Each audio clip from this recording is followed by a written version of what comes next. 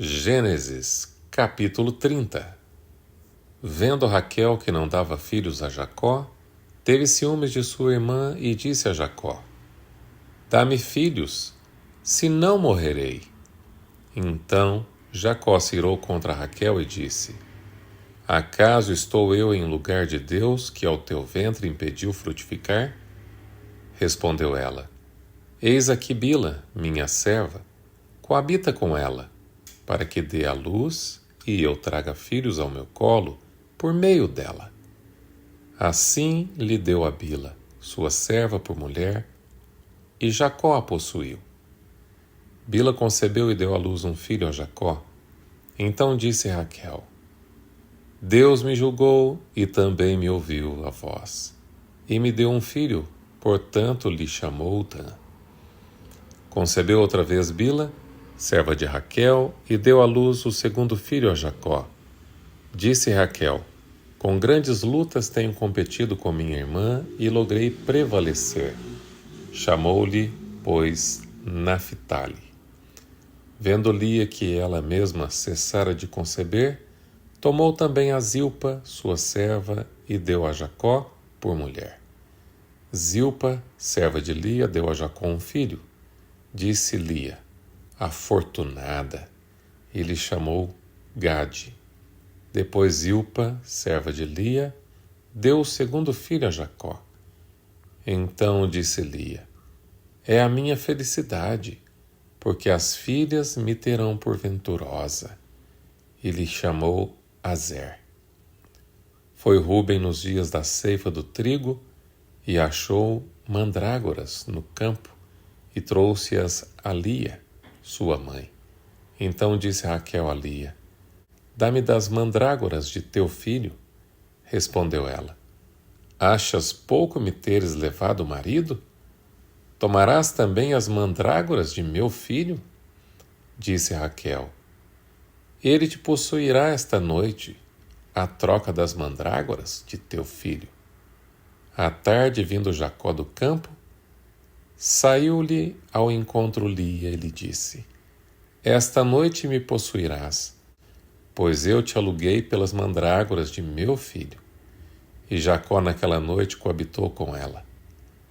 Ouviu Deus a Lia, ela concebeu e deu à luz o quinto filho. Então disse Lia: Deus me recompensou, porque dei a minha serva ao meu marido, e chamou-lhe Issacar. E Lia, tendo concebido outra vez, deu a Jacó o sexto filho, e disse: Deus me concedeu excelente dote. Desta vez permanecerá comigo meu marido. Porque lhe dei 6 filhos e lhe chamou Zebulon. Depois disso deu à luz uma filha e lhe chamou Diná. Lembrou-se Deus de Raquel, ouviu-a e a fez fecunda.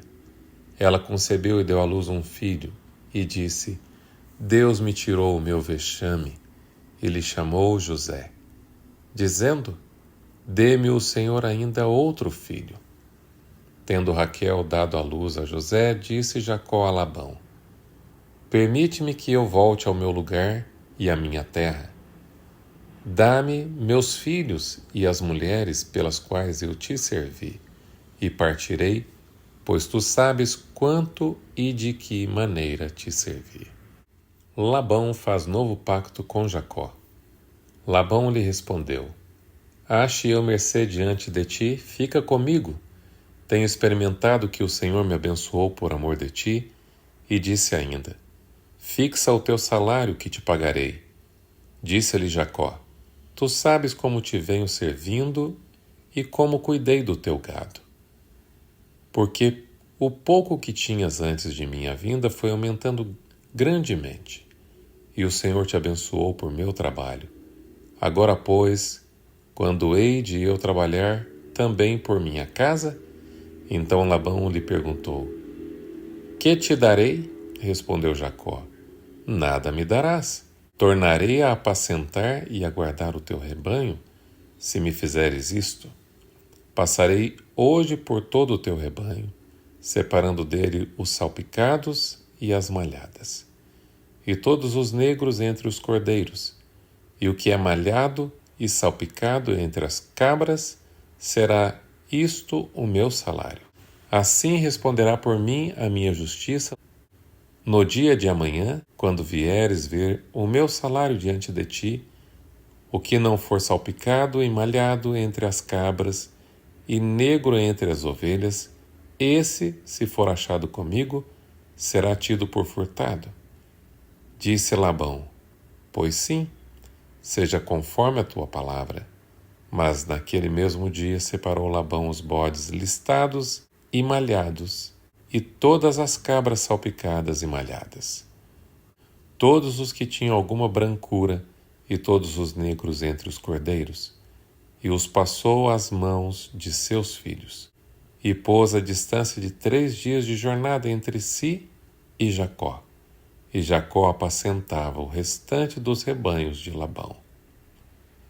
Jacó se enriquece.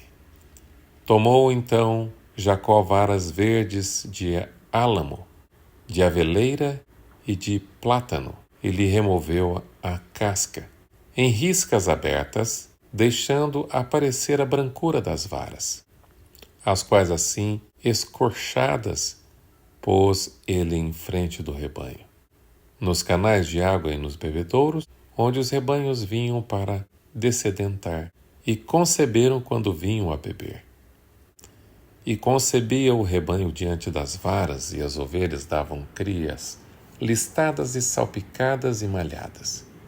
Então separou Jacó os cordeiros e virou o rebanho para o lado dos listados e dos pretos, nos rebanhos de Labão, e pôs o seu rebanho à parte e não o juntou com o rebanho de Labão. E todas as vezes que concebiam as ovelhas fortes, punha Jacó as varas à vista do rebanho, nos canais de água, para que concebessem diante das varas. Porém, quando o rebanho era fraco, não as punha.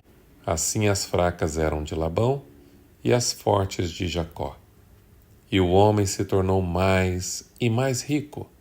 Teve muitos rebanhos, e servas e servos, e camelos e jumentos.